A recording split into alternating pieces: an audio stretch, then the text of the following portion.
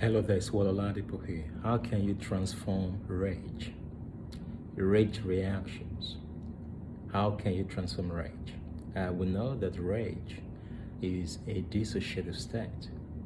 Rage is anger that has been shamed.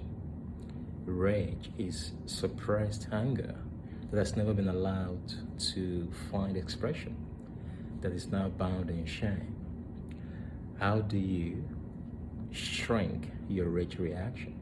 Now, what we do know is that a whole bunch of people over the years have wanted to express some emotions, but because of the circumstances or the situations they're going through at that time, they couldn't express emotions. A child that was grown, that grew up in a suppressive environment, in a very aggressive environment where they are not allowed to express emotions. That emotion of anger could be bound in shame because they've been shamed based on the mistakes and a whole bunch of things they've done in the past. So we grow up as adults who are living a life of desperate quietness, just like a philosopher said. He said the mass of humanity lives a life of quiet desperation.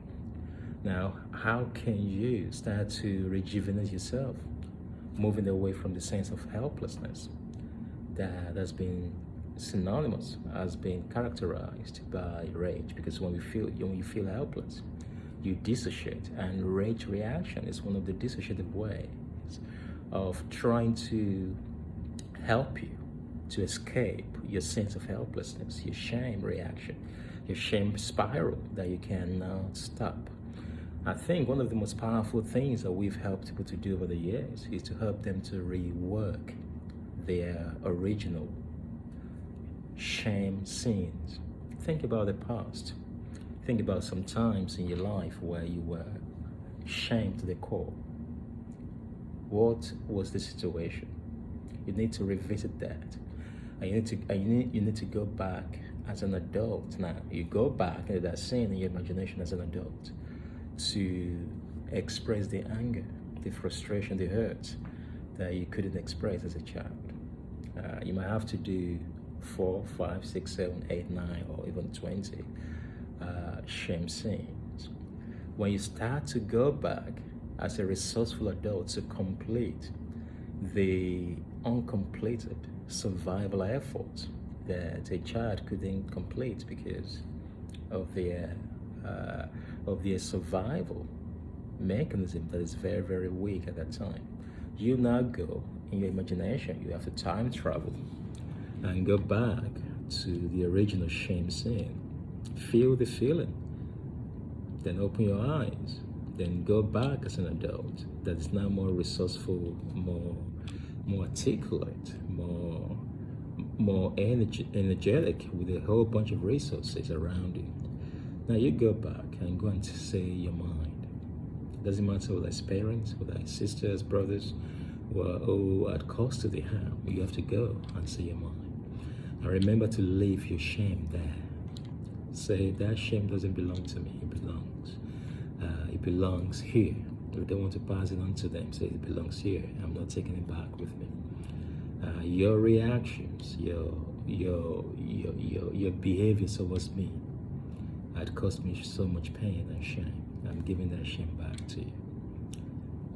That is powerful.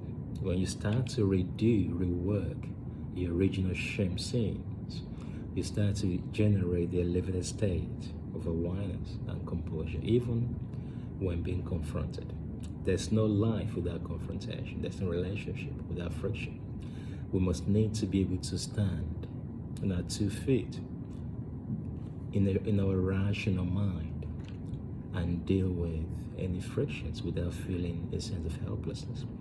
Whenever frictions trigger your sense of helplessness and you move into a rage reaction, is because there's some uncompleted survival efforts that have been frozen. You have to go back in time as a more resourceful adult to superimpose the old toxic neural pathway with a more empowering narrative that the brain will start to work around to create a new neural pathway.